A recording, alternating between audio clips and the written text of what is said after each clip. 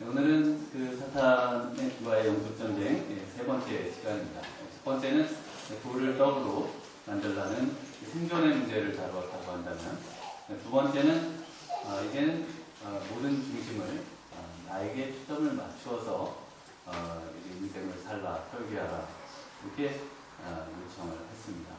그리고 이제 세 번째, 오늘 보다 강도를 높여서 이제 사단이 오히려 이 생존과 또 예수님 자신에게 영광을 위해 살라는 요청을 더 지나쳐서 이제는 사탄 자신에게 모든 것을 복종하고 또 자신에게 경배해야 할 것을 요청하는 그런 아주 강도한 그런 시험을 보여주고 있습니다.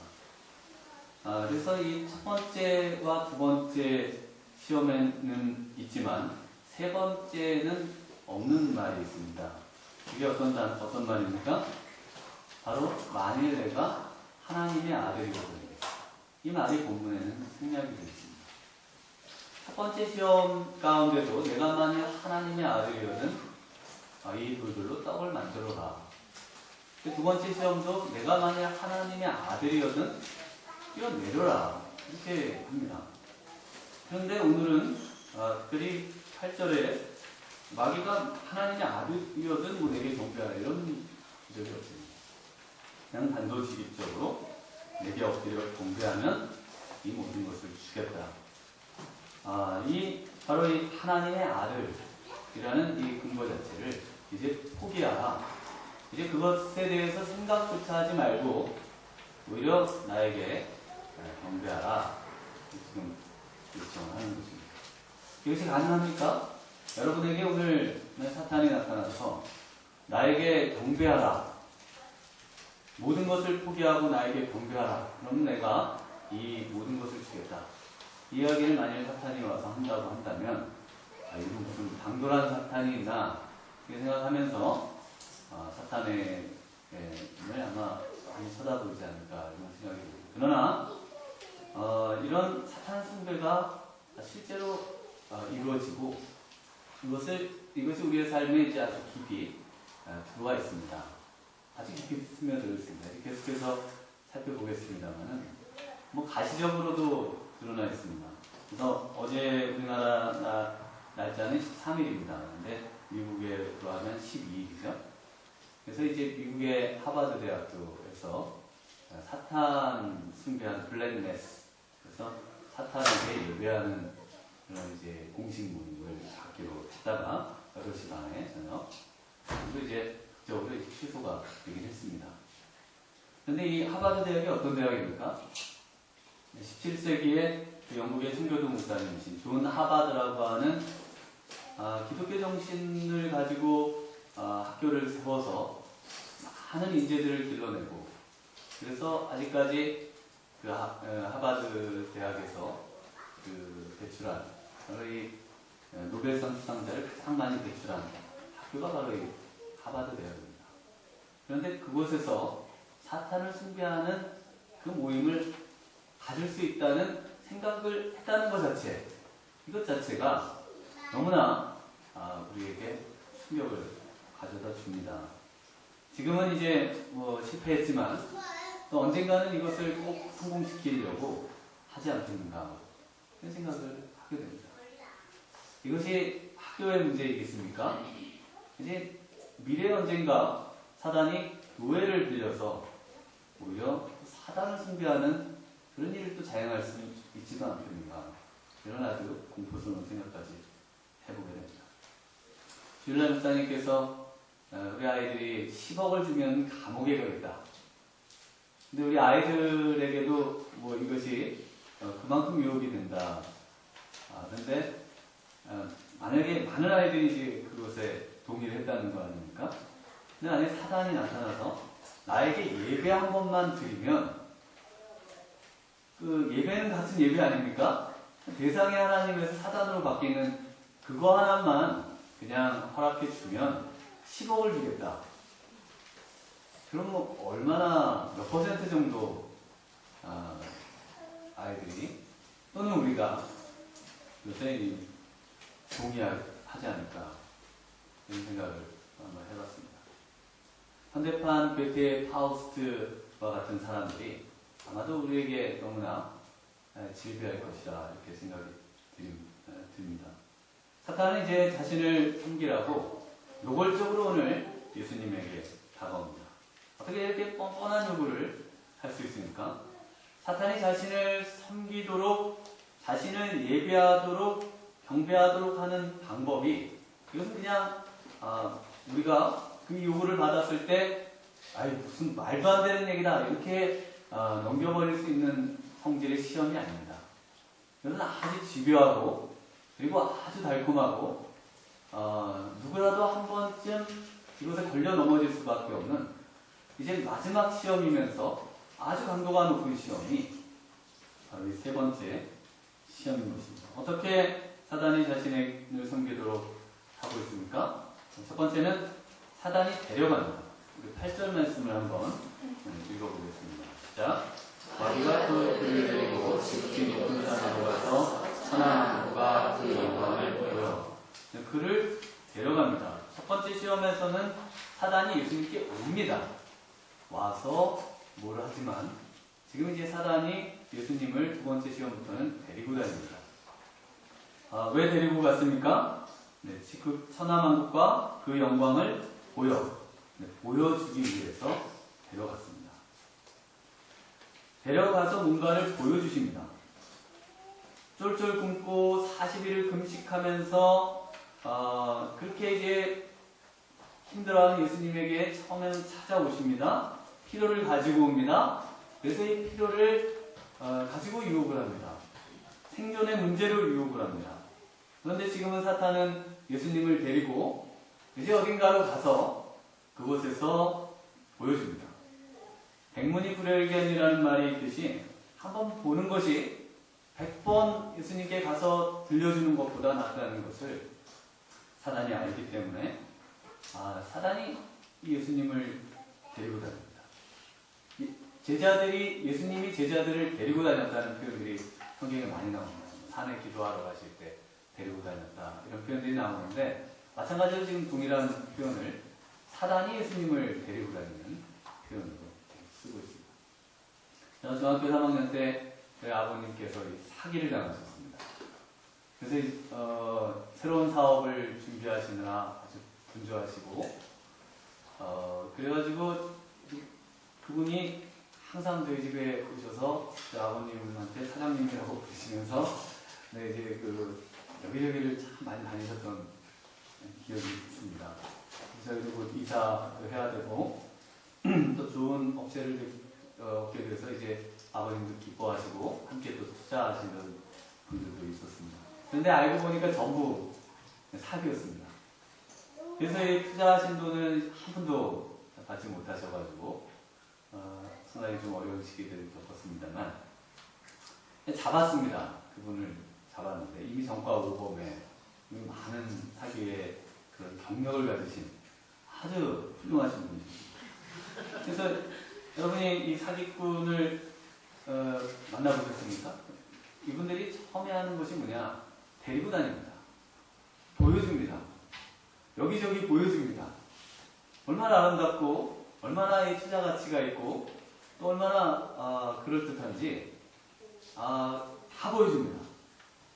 그래서 우리의 실생활 속에서는 홈쇼핑에서 앞에서 쇼호스트들이 막 설명하면 다 진짜 같아가지고 딱 사서 받아보면 아니다 이제 후회가 될 때도 있고 또 모델하우스 요즘 제2동탄 해서 막 여기저기 모델하우스 많이 들어서서 이제 들어가 보시는 분들 많으실 텐데 가서 보면 참 멋있는데 막상 이제 입주할 때 보면 이게 모델하우스하고 다른 것 같기도 하고 뭔가 미흡한 것 같기도 하고 그래서 이 처음과 다른 것 때문에 많이 실망을 하게 됩니다.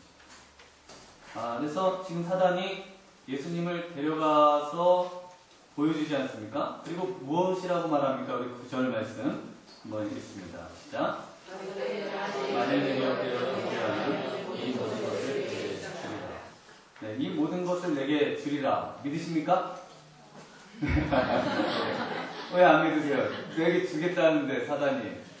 네. 사단의 말은 아멘이 하시면 안 되는 겁니다. 아멘 하시는 거는 이거 끝나고 샌드위치 먹을 생각을 하고 계신 거지.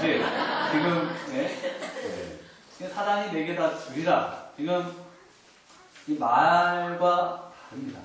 그리고 처음과 다르고 약속과 다릅니다. 사단은 이 말은 순전한 거짓말. 100% 거짓말이고 사기꾼 중에 사기꾼이 사단입니다. 그래서 요한복음 8장 44절에 너희는 너희 아비 마귀에게서 났으니 너희 아비의 욕심대로 너희도 행하고자 하느니라. 그는 처음부터 살인한 자요 진리가 그 속에 없으므로 진리에 서지 못하고 거짓을 말할 때마다 제 것을 말하나니 이는 그가 거짓말쟁이요 거짓의 아비가 되었습니다. 네, 사탄 마귀를 무엇이라고 부릅니까? 네, 거짓말쟁이요 거짓의 아비. 거짓의 최초의 거짓의 존재가 뭐냐? 바로 이 사단입니다. 그러니까 사단의 말은 이 100% 거짓일 수밖에 없습니다. 그래서 왜 우리가 거짓말을 미워해야 하는가? 왜 거짓이 우리의 삶에 있어서는 안 되는가? 그것은 바로 사단이 하는 짓이기 때문입니다. 우리가 비록 아이라 할지라도 이 아이에게라도 거짓말을 구하면 안 됩니다. 우리 아이들이 뭘 요구합니다. 근데 뭐 바쁘다 보니까 알았어 해줄게 그러고 이제 잊어버리시잖아요. 근데 아이들이 그것을 기억하고 있습니다. 우리 막내 아이가 생일이 지난 토요일이어가지고 그 전에 언젠가 아마 제가 갈매기를 보여주겠다 그랬나봐요. 그래 보여주겠다 그랬겠죠 제가. 그랬는데 아빠가 왜 갈매기를 안 보여주냐고 그러더라고요. 그래서 제가 그 생각을 더듬어 보니까 그걸 보여주기로 한 겁니다. 그래서 토요일은 안 되고 토요일은 아빠가 바빠서 안 되고 주일날 예배 다 마치고 저녁에 가서 저녁도 먹었죠. 그래서 가자 해서 새우깡을 사가지고 그래서 이제 그래도 감사하게 여기서 바닷가까지 1시간 정도 걸리더라고요. 갔다 왔습니다. 진실은 거짓을 싫어합니다. 여러분 정말 우리의 모든 사람에게 진실하시기로 이 시간 맹세하십니까? 네, 진실하셔야 합니다. 사람에게 진실하고 하나님께 진실하고 우리 하나님이 원하시는 삶은 진실한 삶입니다. 사단이 지금 이 온 천하 만국과 그 영광을 보여주면서 내게 엎드려 경배하면 이 모든 것을 내게 주리라. 이것이 왜 거짓말입니까? 줄 수도 있지 않을까요? 왜 거짓말입니까? 왜냐하면 세상은 사단의 것이 아닙니다. 세상의 주인 자체가 사단이 아닌데 어떻게 사단이 줍니까? 사단의 거여야 사단이 주지 사단의 것이 아닌데 사단이 줄 수가 없습니다. 사기꾼들이 보여주는 건 다 자기 게 아니잖아요. 그래서 저희 아버님도 거길 가서 알아보니까 소유주가 그 분이 얘기하는 그 소유주가 아니고 실제 소유주는 다른 사람이 있는 겁니다. 자기 게 아니에요. 그렇기 때문에 줄 수가 없습니다. 예수님께서는 그것을 아신 것입니다. 그래서 이것이 새빨간 거짓말이라는 것을 빌립보서 2장 9절에서 11절에 이렇게 이야기하십니다. 이러므로 하나님이 그를 지극히 높여 모든 이름 위에 뛰어난 이름을 주사 하늘에 있는 자들과 땅에 있는 자들과 땅 아래에 있는 자들로 모든 무릎을 예수 이름에 꿇게 하시고 모든 입으로 예수 그리스도를 주라시나요 하나님 아버지께 영광을 돌리게 하셨느니라. 세상과 세상의 모든 만물과 세상에 속한 땅 위와 아래에 있는 모든 것은 누구의 것입니까? 하나님의 것이고 이것은 하나님께서 예수님에게 주실 수 있는 것입니다. 사단이 줄 수 있는 것이 아닙니다. 사단이 줄 수 있는 거여야 사단의 말이 조금이라도 신뢰가 되지 사단이 줄 수 없는 것을 사단이 준다고 하는데 우리는 그것이 마치 진짜인 것처럼 생각해서 사단에게 걸려 넘어갈 때가 많은 것입니다. 예수님이 정말 주인이 되도록 하나님께서 결국 십자가에 끝까지 순종하셨던 예수님께 주셨습니다. 믿으십니까? 네, 이것이 하나님의 방법이십니다. 모든 것은 하나님이 주십니다. 모든 영광은 하나님의 것입니다. 온 천하 만물은 하나님의 손에 있습니다. 그래서 하나님의 백성된 자가 부르짖으면 하나님이 주시겠다고 약속하셨습니다. 사단이 왜 자신을 경배하라고 이런 당돌한 요청을 하는 두 번째 방법이 무엇입니까? 사단이 조건을 내겁니다. 어떤 조건을 내겁니까? 자신에게 경배하면 천하만국과 그 영광을 주겠다는 것입니다. 여기서 천하만국으로 보여준 것을 보통 대다수의 학자들, 거의 대다수의 학자들이 이 광야의 이제 아랫부분에 위치해 있는 여리고라고 이야기합니다. 여리고라는 도시입니다. 여리고라는 도시가 어떤 도시입니까? 여리고라고 하는 도시는 기원전 만년의 역사를 가지고 있습니다. 여러분, 만년 대단하죠? 그래서 세계에서 가장 오래된 도시 문명을 가진 곳이 어디냐? 바로 이 오늘 천하만국이라고 불리는 여리고라고 하는 도시입니다. 사막의 오아시스 도시로서 찬란한 도시 문명을 가지고 있습니다. 예수님 당시에는 이곳이 헤롯의 궁전을 중심으로 해서 화려하게 신도시가 만들어져 있던 곳이 바로 이 여리고라고 하는 도시였습니다. 얼마나 아름답고 웅장한 도시입니까? 세계에서 가장 낮은 지역인 사해 지역인 마이너스 400m에서 조금 위에 위치해 있는 마이너스 250m가 되는 지역에 있습니다.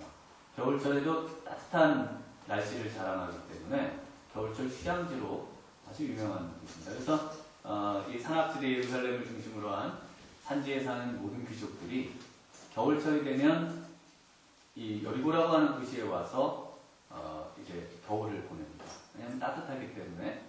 그래서 헤롯도 그곳에 겨울 궁전을 만들어 놓고 겨울에 그곳에 와서 수영을 할 수 있도록 수영장도 만들어 놨습니다. 그래서 그곳에서 이제 호화로운 삶을 살 수 있는 그런 이제 곳이 바로 겨울철 휴양지가 바로 이 여리고라고 하는 도시입니다. 네, 춥고 배고픈 40일을 보내신 예수님에게 있어서 배부르고 화려하고 따뜻한 이 도시, 그 영광을 주겠다는 이 제안, 이것이 얼마나 달콤하고 유혹이 됐을까 생각해 봅니다. 광야는 한 낮과 밤의 기온 차가 상당히 큽니다. 한낮에는 한여름에는 한 40도까지 올라가고 밤에는 0도까지 떨어지지 않습니다만은 그래도 10도에서 이제 왔다 갔다 합니다. 조금 추우면 10도 아래로 이제 떨어지게 되는데 상당히 춥습니다. 일교차가 커서 봉사하는 사람들이 있습니다. 거기에 사는 베두인이라든지 거기에 문화의 체질에 젖어 있지 않는 사람들은 그 큰 일교차 때문에 몸이 이제 쉽게 망가지고 아주 힘든 시간을 보내게 되는데 예수님께서 그곳에서 40일을 금식하시면서 보내셨습니다. 그렇게 온몸이 쇠약할 때도 쇠약해지시고 또 온몸에 정말 따뜻한 온기를 느끼고 싶고 또 편안한 안식처를 갈구하는 그 몸이, 그 마음이 그 화려한 도시 여리고를 보면서 얼마나 흔들렸겠는가. 이것은 바로 여러분이라면 어떻게 하시겠습니까? 서울 같은 도시 전체를 주겠다. 서울은 뭐 그렇게 매력적인 도시는 아닙니다만 뭐 뉴욕이나 런던 같은 도시를, 파리 같은 도시를 이렇게 여러 문화유적으로 가득 차며 고풍스럽고 아름답고 그러나 최첨단이 겸비하며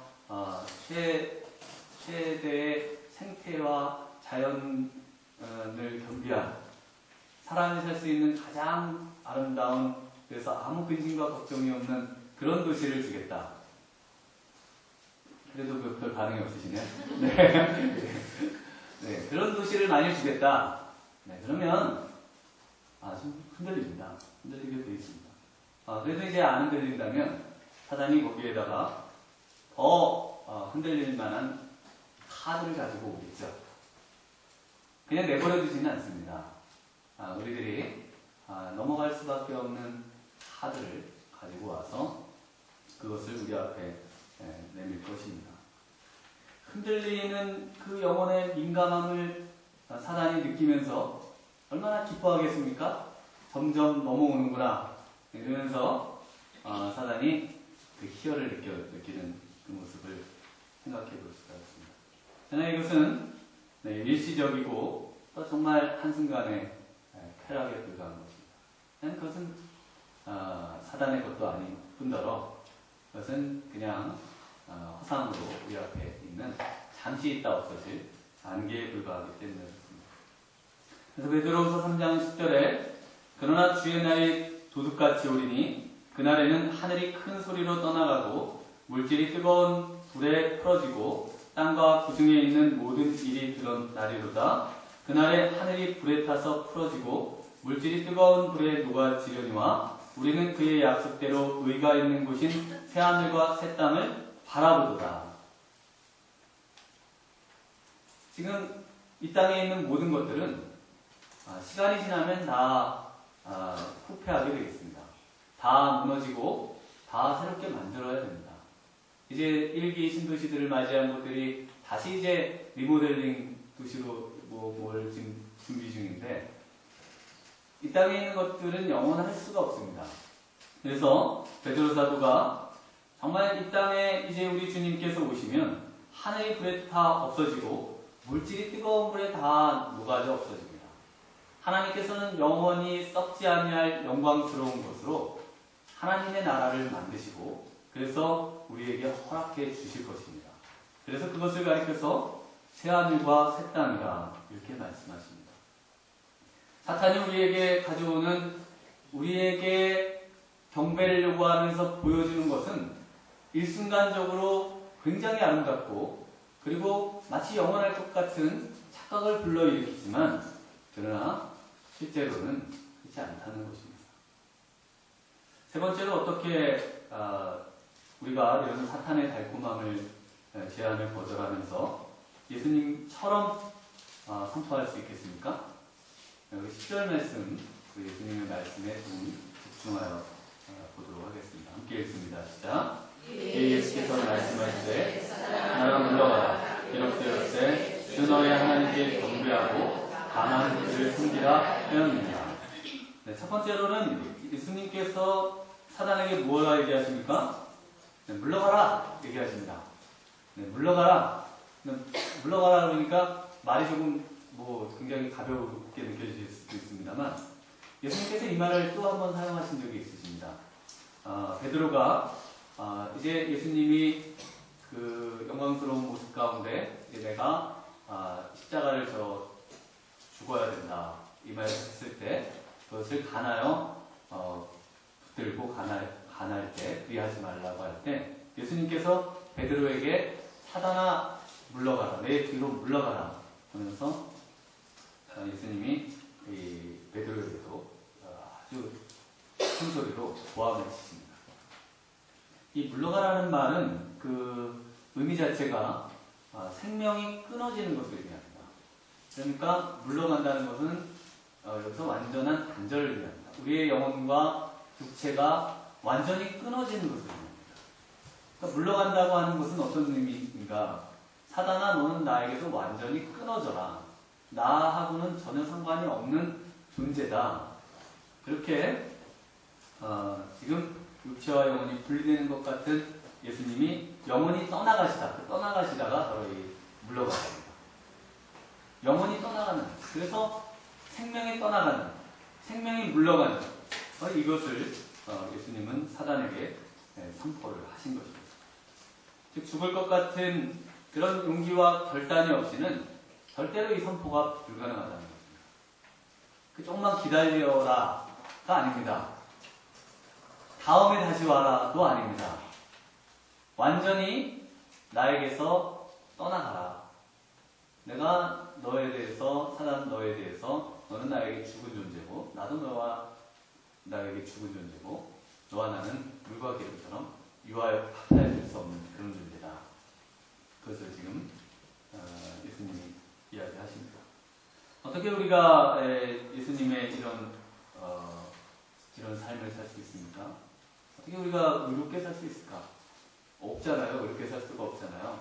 너무나 우리는 참 의롭게 산다는 것 자체가 어렵습니다. 그렇게 하려 하지만 안 됩니다. 할 수도 없고 근데 되는 방법이 하나 있습니다. 그게 성경의 방법인데, 그것이 무언가 십자가 위에서 죽는 것입니다.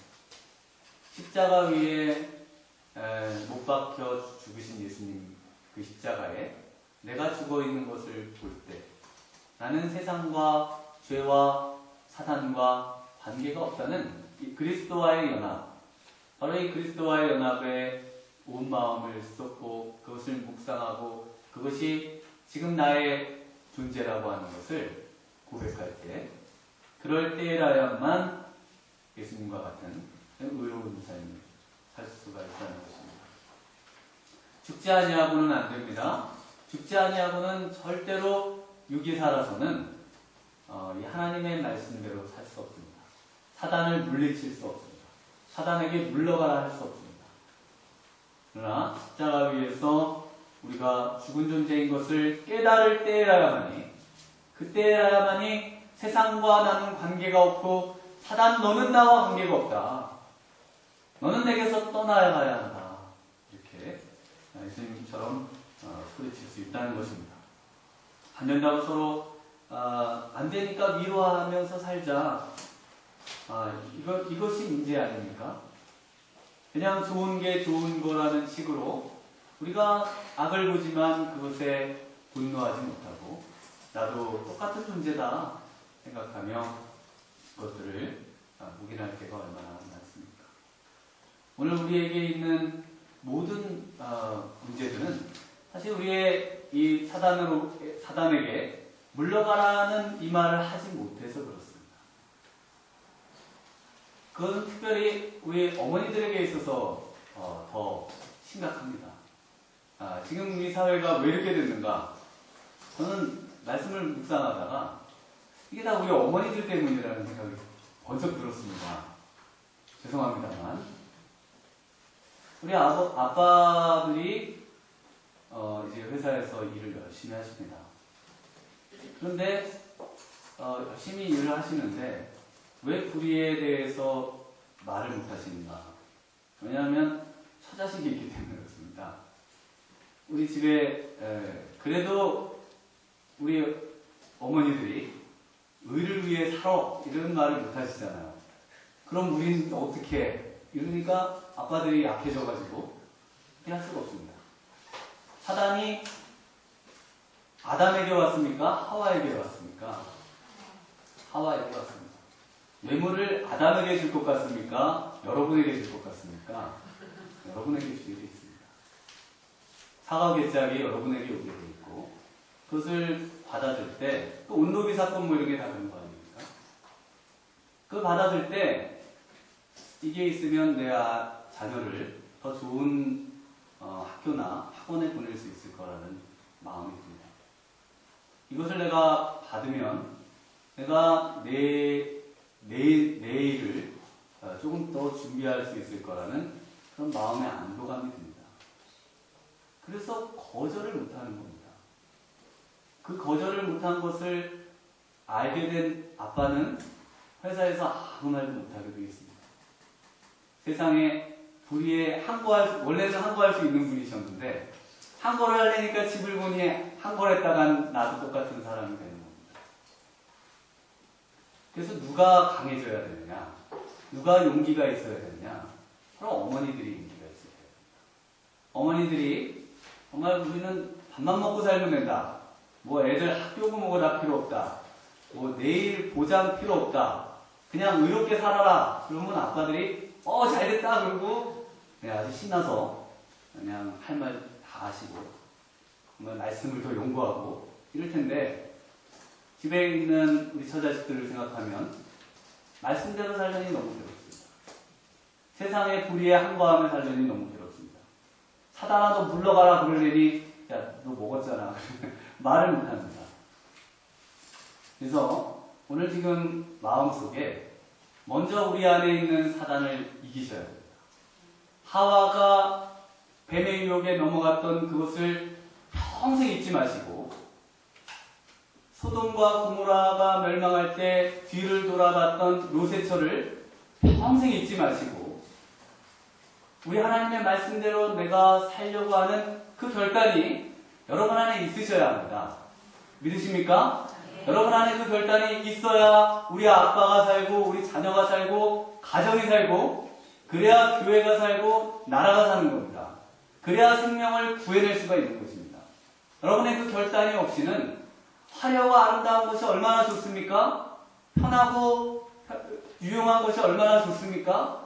그것이 주는 그 달콤함이 여러분을 잠식해 간다고 할 때 그것에 대해서 강하게 노라고 이야기할 수 있는 믿음이 여러분에게 있으셔야 할 것입니다. 두 번째로 예수님께서 무슨 말씀을 하셨습니까? 기록되었으되 주 너의 하나님께 경배하고 다만 그를 섬기라 하였느니라. 이 말씀은 신명기 6장 13절의 말씀입니다. 결국 말씀으로 이기셨습니다. 가장 위기의 순간에 어떻게 보면 이제 이 시험만 통과하면 예수님의 공생의 사역은 시작됩니다. 그처럼 아주 중요한 이 위기의 순간에 예수님께서 예수님의 마음속에 떠올랐던 이 한 구절, 바로 신명기 6장 13절 이 말씀으로 사단을 물리칠 수 있었던 것입니다.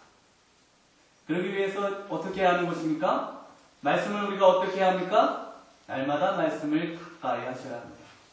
날마다 말씀을 먹고, 날마다 말씀을 읽고, 날마다 말씀을 듣고, 그것을 곱씹고 곱씹어서 우리의 삶 가운데 늘 우리의 마음속에 저장해 둬야만 사단이 우리에게 어떤 순간에 어떤 모습으로 다가와서 유혹할 때 그 순간에 맞는 그 적절한 말씀, 그 적절한 말씀을 떠올려서 그 말씀을 증거해야 하는 것입니다. 저는 신방을 갈 때 보통 한 3가지 정도의 말씀을 준비를 합니다.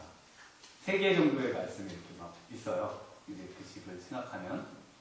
그래서 이제 보통 본문을 정해갑니다. 정해가는데, 그런데 이제 가서 기도하고 또 말씀을 나누다 보면 하나님께서 준비해간 말씀보다 그 두 번째 말씀이 이 가정에 더 적합하겠다는 말씀을 주실 때가 있습니다. 보통은 준비한 말씀을 합니다. 왜냐하면 준비한 것이 기도하면서 준비한 거니까. 그래서 그때 그 말씀이 떠오르면 그 말씀을 증거합니다.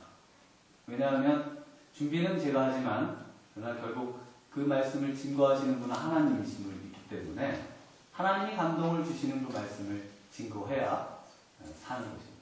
여러분의 마음속에 하나님의 말씀이 살아 역사하시기를 소망합니다.